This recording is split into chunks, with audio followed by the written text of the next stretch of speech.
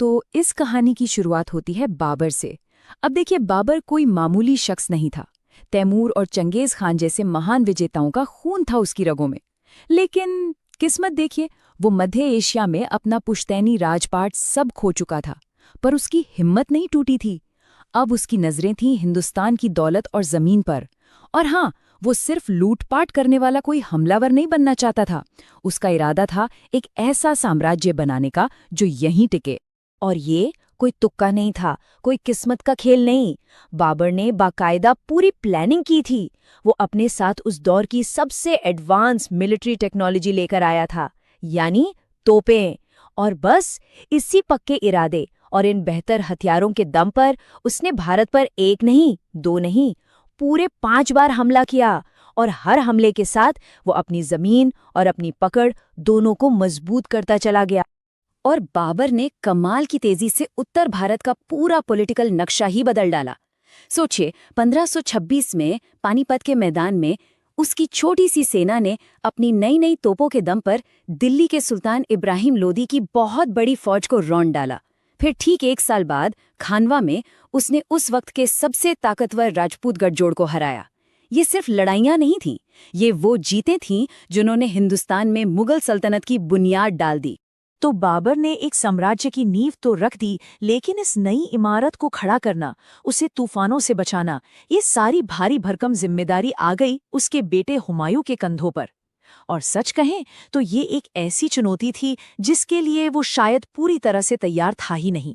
तो साल था 1530। जब हुमायूं गद्दी पर बैठा तो उसे विरासत में एक ऐसा साम्राज्य मिला जो अभी बस बना ही था। इसकी जड़ें अभी मजबूत नहीं हुई थी और दुश्मन चारों तरफ घात लगाए बैठे थे। उसके सामने सबसे बड़ा काम था अपने पिता की जीतों को संभाल कर रखना। पर हुमायूं के लिए मुश्किलें कम नहीं थीं। उसके अपने सगे भाई ही उसके खिलाफ साजिशें कर रहे थे। दूसरी तरफ अफगान सरदार अपनी खोई हुई जमीन वापस पाने के लिए बेताब थे। मतलब पूरा साम्राज्य समझिए एक पतले से धागे से लटका हुआ था। और फिर 1540 में वो धागा टूट ही गया। कन्नौज की लड़ाई में शेर शाह सूरी नाम के एक बहुत ही काबिल और महत्वाकांक्षी अफगान लीडर ने हुमायूं को ऐसी जबरदस्त हार दी कि ये मुगल साम्राज्य के लिए एक तबाही जैसा था। इस हार के बाद हुमायूं के पास भारत से भागने के अलावा कोई चारा नहीं था। वो एक बादशाह से भगोड़ा बन गया। और जिस मुगल साम्राज्य को बनाने में बाबर ने अपनी जान लगा दी थी, वो ताश के पत्तों की तरह ढह गया। अब होती है अकबर की, हुमायूं का बेटा, जिसने न सिर्फ खोया हुआ साम्राज्य वापस जीता, बल्कि उसे एक ऐसे मजबूत और ताकतवर साम्राज्य में बदल दिया जो इतिहास के सबसे महान साम्राज्यों में गिना जाता है।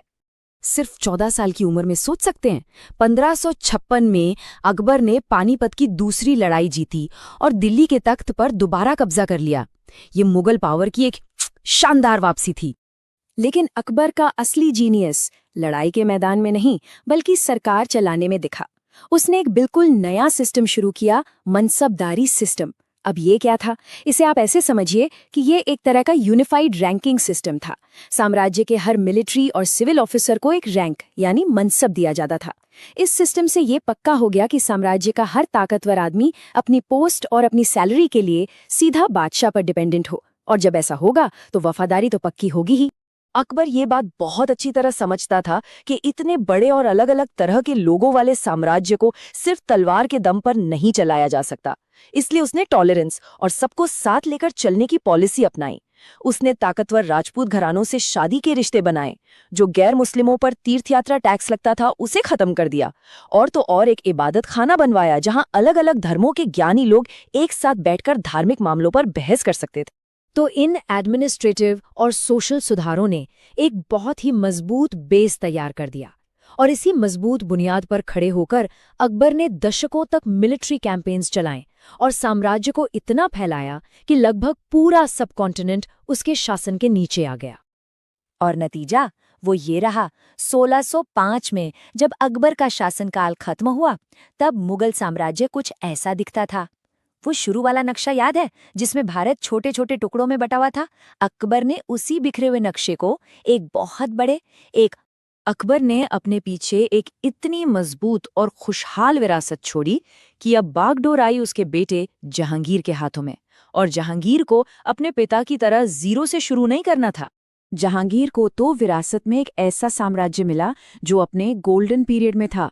उसने काफी हद तक अपने पिता की एडमिनिस्ट्रेटिव और टॉलरेंस वाली पॉलिसीज को ही जारी रखा, और इसी का नतीजा था कि उसके दौर में आर्ट, आर्किटेक्चर और कल्चर खूब फले फूले। ये जो स्थिरता और खुशहाली थी, ये अकबर की बनाई मजबूत नींव का ही तो नतीजा थी। तो कहानी ये है कि बाबर ने एक साम्राज्य की नींव डाली, हुमायूं ने उसे लगभग गवा दिया, और फिर अकबर ने उसे दोबारा खड़ा किया और बुलंदी पर पहुंचाया। एक साम्राज्य तो बन चुका था, लेकिन उसके सबसे बड़े इम्तिहान अभी बाकी थे। और सोचने वाली बात यही है कि